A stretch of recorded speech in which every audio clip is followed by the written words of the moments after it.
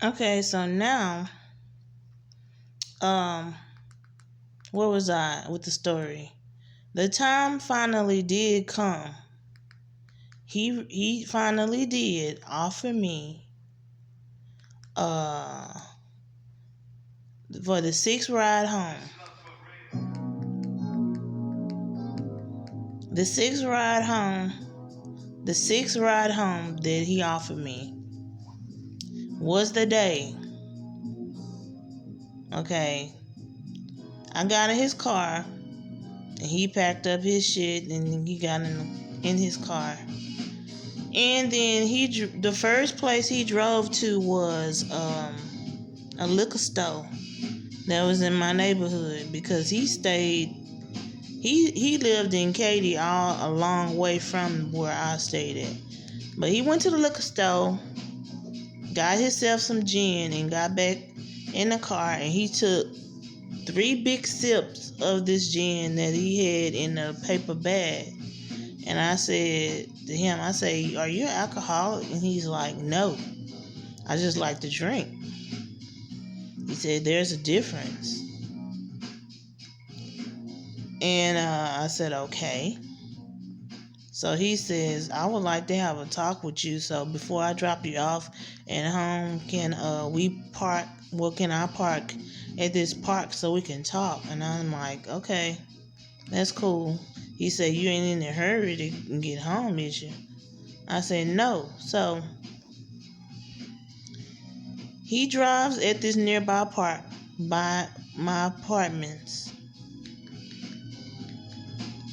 And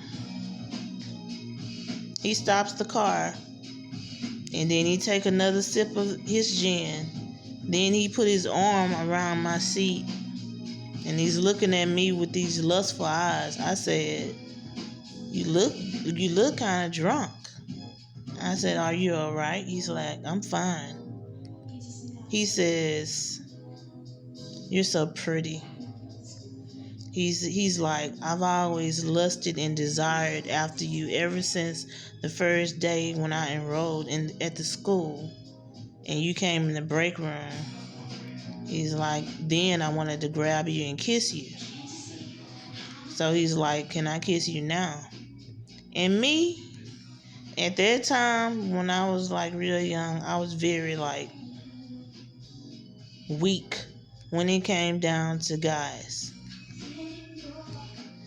And so I said, "Okay, you can kiss me." And so we kissed. Then we kissed again, and then he started trying to touch. Well, he was trying to touch my breast and everything. And he finally had said, "Let's go on ahead and get a room." He's like, "I'll pay for it." I'm like, "Get a room for how long?" He's like, 2 hours. I said, "No." He's like, "Why?" And he said that with an attitude. I say, "Because, you know, I think you done smashed about 5 girls at the beauty school who are all in our class because they act like they didn't laid up with you before." So I'm like, it's not gonna happen. I say, because how do I know after we do that, then you're not gonna treat me wrong?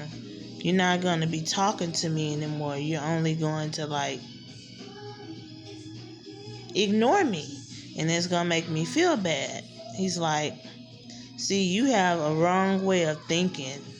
He's like, "I'm not gonna treat you like that." He said, "Just come on," just say.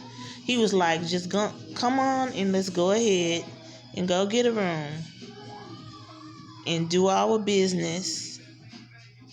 And then after that, when I give you a ride tomorrow, we can go again, get a room again." I'm like, "No." I'm like, "No, no, no." And he was like, "Well, can I have another kiss before I drive you home?" So we kissed again.